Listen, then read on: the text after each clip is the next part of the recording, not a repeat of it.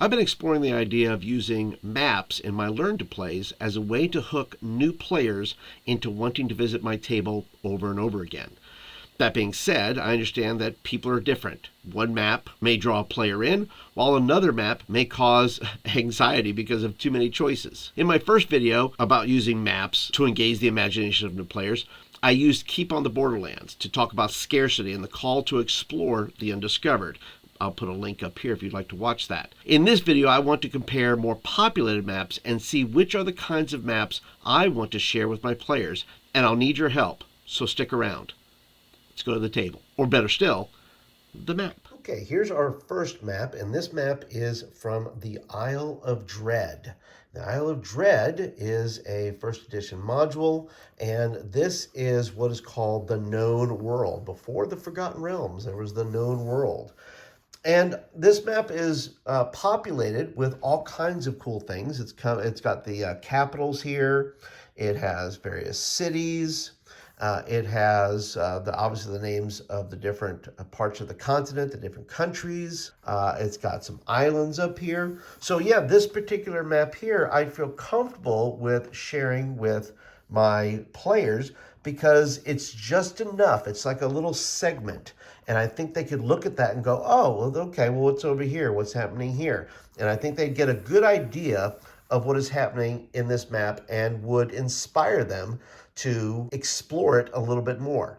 Let's move on to the next map. Okay, this is map number 2, and this is from Vihan Reach. This is a supplement for second edition's Dungeons & Dragons. This is in the Forgotten Realms. And I like this map because it is, first of all, it's very pretty. I love the design of it. But it also has, if you look up here, it tells you all the things that's in here. It's got your foothills, mountains, volcanoes, villages and towns, cities, independent city-states, capitals, ruins. So here we go. You have some ruins that are over here.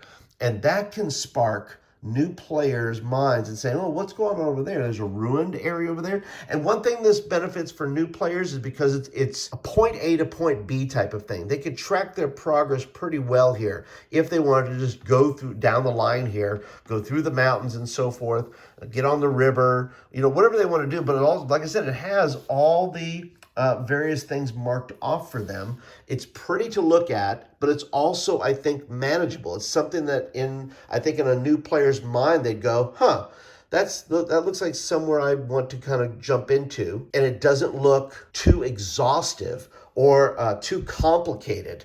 And so that's what I like about this map. Let's move on to map number 3. Okay, here is map number 3. This is from Pathfinder First Edition, the Inner Sea region. I have to say, when I got this map, first of all, I'm just a sucker for any book with a map. If it's got a map in it, I want it. And you can see here, this map here is super colorful. It has some great names there. Everything is very well mapped out. Down here, you have your legend. And so it tells you there has capitals, towns, site, the Badlands, canyon, cliff, desert, forest, glaciers, grasslands, hills, mountains, swamps. So you have lots of options if you want to go adventuring somewhere, lots of different things. And then you have things like this here. You have the Eye of a Bendigo. And to me, it's things like this, almost like on the other map where it kind of gives you these ruins. It gives you these kind of markers or icons that kind of say, hey, this is interesting. I would say, yeah, my players might be drawn to that. And so it has, like I said, it still has the capitals on there. It has interesting names like Five Kings Mountain or the World Wound, which one of my favorite spots there in Pathfinder. So yeah, this map here also I think I would share with my players because once again, I think it's laid out. It's not too dense. It's also not too expansive, right? I think it has just enough for the eyeballs to look at for my new players to say, oh, what is this? Or what is it? Let them ask questions. I just think it has enough on it to make it interesting and to hold my players' attention and would cause them to say, let's go over here. And then, of course, I start telling them stories about the World Wound, and then they want to go fight demons. So that works for me.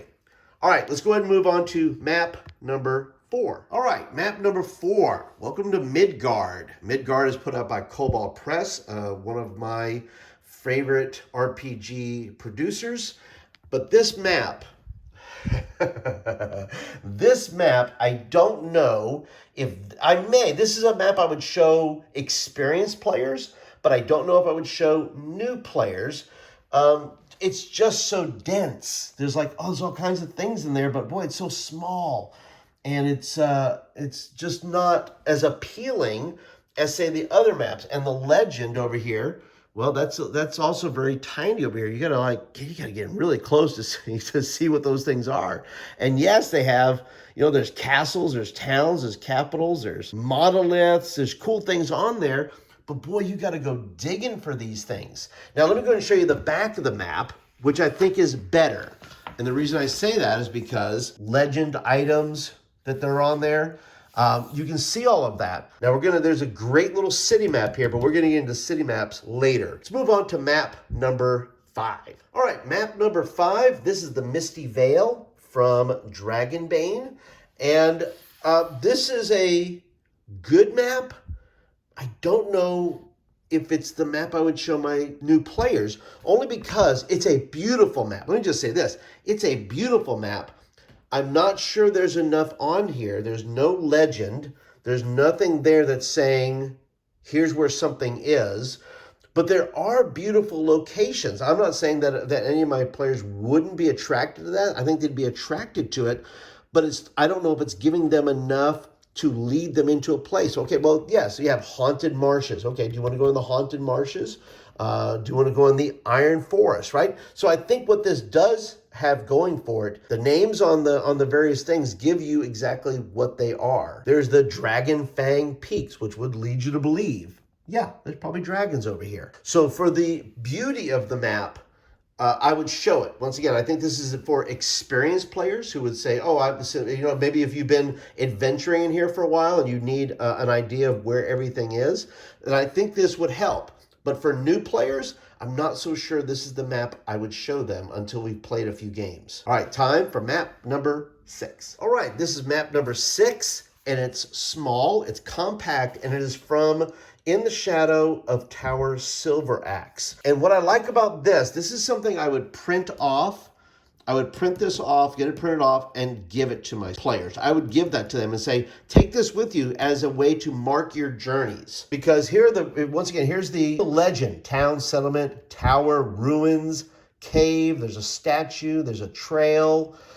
There's a lot going on there that I think would be attractive for new players. So yeah, this is the type of map I would give to my new players because it's compact. There's enough on there to get them thinking about where they want to go. And I think they could go along, and if I gave them a copy of that, they would go ahead and put their own marks on there as well. They could, something we discover, and they could put their discoveries on the map as well. So overall, these are all good maps.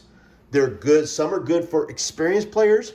Some are good for new players. There are no bad maps. There's just right maps and wrong maps. The right maps for your group and the wrong maps for your groups. So as you can see, there's different kinds of maps, and I think different kinds of maps speak to different kinds of people. And I don't think it's about the size of the map. Size doesn't matter in this case.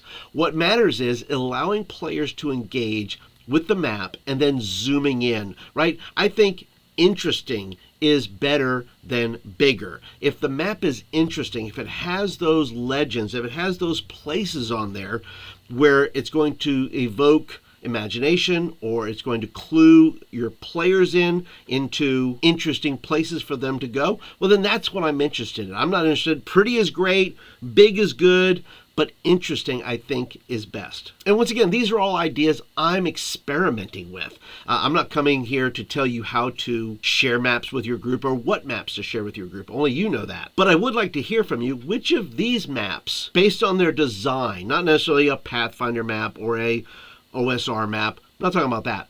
What kind of map would you give your players or show your players that would best bring them into the game or into the setting to make them say, I really want to explore that some more. Leave me your comments down below. But that's it for this video, everybody. Thank you so much for hanging out. If you're not part of the community yet, we'd love you to have a part. Click the subscribe button down there, and you'll get videos like this in your inbox on a regular basis. And if you're interested in more DM tips, well, there's a video right up here you can check out. There's a whole playlist of them. Check them out for yourself. But that's it for today's video. Thanks for joining me. I'll catch you guys in the next one.